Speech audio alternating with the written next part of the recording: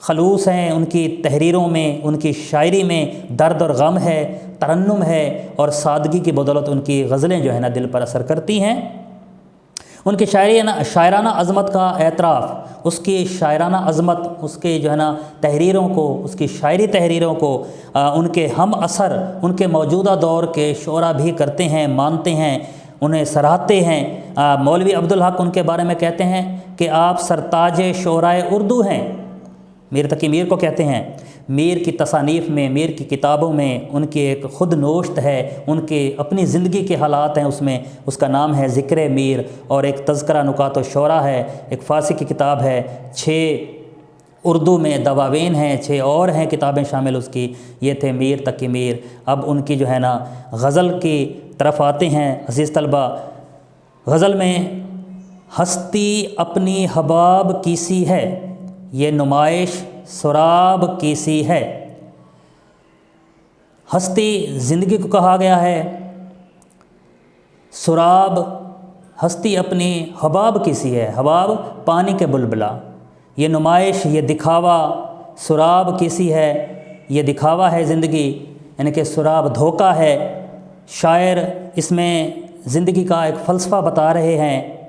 ان شعروں میں جو نا بڑی گہرائی ہے۔ آپ جو ہے نا اس میں بیان کرتے ہیں، زندگی کے معنی بیان کرتے ہیں۔ اس شعر میں میر تقی میر زندگی کی حقیقت کو بیان کرتے ہوئے کہتے کہ انسانی زندگی ناپائیدار ہے، کسی بھی سانس کا کوئی بھروسہ نہیں ہے۔ انسانی زندگی اس طرح ہے جیسے سطح آب پر کوئی بلبلا بنے اور دیکھتے ہی دیکھتے ختم ہو جاتا ہے۔ انسان کی زندگی بھی ایک بلبلے کی مانند ہی ہے، اگلے سانس کا پتہ نہیں ہے کہ وہ آئے گا یا نہیں۔ شاعر ایک کہتے ہیں کہ ہوا کے دوش پہ رکھے ہوئے چراغ ہیں ہم، جو بجھ گئے تو ہوا سے شکایتیں کیسی۔ ہم اپنی چند روزہ زندگی میں بڑے بلند اور بانگ دعوے کرتے ہیں، مستقبل کے لیے بہت سے منصوبے بناتے ہیں، میں یہ کروں گا، میں وہ کر سکتا ہوں، مگر جب اجل کا بلاوا، جب موت آتی ہے تو سب دعوے دھرے کے دھرے وہیں کے وہیں رہ جاتی ہیں۔ ہماری خواہشات ہمیں دنیا سے محبت کرنے کی ترغیب دیتی ہیں، مگر یہ دنیا ایک دھوکے کی جگہ ہے، یہ ایک نمائش ہے، ایک دکھاوا ہے۔ جس طرح کسی صحرا میں ایک پیاس سے بے حال مسافر چمکدار ریت کو پانی سمجھ کر اس کی طرف بڑھتا ہے، اور جب پاس پہنچتا ہے تو اسے معلوم ہوتا ہے کہ جسے میں دور سے پانی سمجھ رہا تھا وہ تو صرف دھوکہ تھا، وہ زیادہ مایوس ہو جاتا ہے۔ اس طرح دنیا بھی ایک دھوکہ ہے۔ ہمیں اپنی خواہشات کے پیچھے نہیں بھاگنا چاہیے۔ ہم اپنی خواہشات کے پیچھے بھاگتے ہیں لیکن کچھ بھی ہاتھ نہیں آتا۔ اصل زندگی تو آخرت کی زندگی ہے۔ اپنی اس عارضی اور مختصر زندگی میں ہمیں ایسے کام کرنے چاہیے جو آخرت کی زندگی میں ہمارے کام آئیں۔ اس لیے شاعر نے کہا ہے کہ ہستی اپنی حباب کی سی ہے، یہ نمائش سراب کی سی ہے، یعنی کہ زندگی اپنی ایک پانی کے بلبلے کی طرح ہے۔ یہ نمائش، یہ رنگینیاں، یہ دکھاوے ہیں، یہ دکھاوا ہے، یہ دھوکہ ہیں۔ زندگی میں یعنی کہ دنیا میں جتنی بھی رنگینیاں ہیں، جتنی بھی آسانیاں ہیں، آسائشیں ہیں، جتنا بھی مال و دولت ہے، یہ سب ایک دھوکہ ہے۔ ایک دن یہ ختم ہو جائیں گے، یہ فانی چیزیں ہیں۔ اگلا شعر دیکھیں کہ نازکی اس کے لب کی کیا کہیے، پنکھڑی ایک گلاب کی سی ہے۔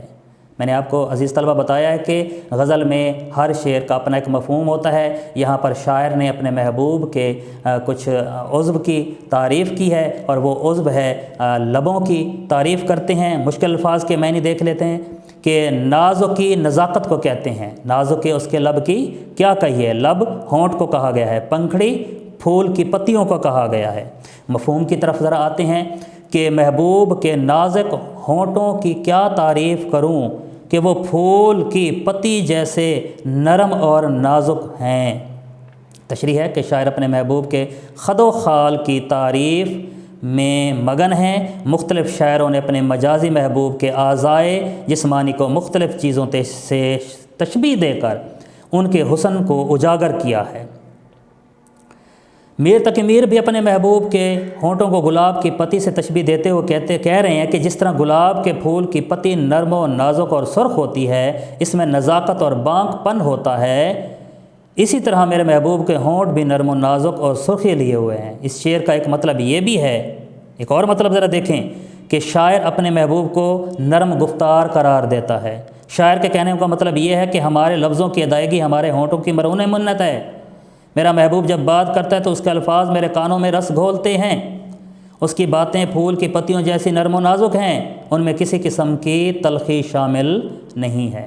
اگلا شعر دیکھیں ذرا کہ شعر نمبر 3، چشمے دل کھول اس ہی عالم پر، یہاں کی اوقات خواب کی سی ہے۔ چشمے دل یعنی کہ چشم، آنکھ کھول، دل یعنی کہ دل کی آنکھ کھول، اس بھی عالم پر، اس دنیا پر یعنی کہ اس جہان میں جہاں ہم نے جانا ہے۔ یہاں کی یہاں اوقات وقت کی جمع ہے یعنی کہ حیثیت، بساط۔ مفہوم کی طرف آتے ہیں کہ اپنے دل کی آنکھ کو دوسری دنیا کے لیے کھول، کیوں کر یہاں تو خواب کی سی کیفیت ہے۔ میر تقی میر کا یہ شعر حقیقت سے قریب تر ہے۔ میر کہتے ہیں کہ ہم اس دنیا میں تھوڑی دیر کے لیے آئے ہیں، اس دنیا میں آ کر ہم خواب غفلت میں پڑ جاتے ہیں، ہمیں دوسری دنیا کی کوئی فکر نہیں ہوتی، حالانکہ ہماری دوسری زندگی ہی ہماری حقیقی زندگی ہے۔ موجودہ زندگی تو ایک خواب کی طرح ہے۔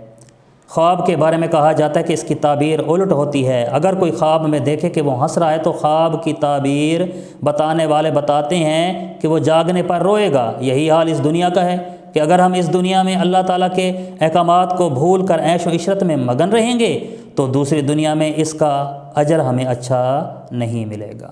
شاعر کہتا ہے کہ اس خواب کی کیفیت سے ہمیں ابھی نکلنا چاہیے اور اس دنیا کا دھیان کرنا چاہیے جہاں ہمیں ہمیشہ رہنا ہے۔ ہمیں اپنے اندر کے انسان کو بیدار کرنا چاہیے۔ شاعر، چشم دل کھول اس بھی عالم پر، یہاں کی اوقات خواب کی سی ہے، یعنی کہ یہ ایک خواب میں ہم مگن ہیں، آخرت کی زندگی جو ہے نا وہ ہمیشہ والی ہے۔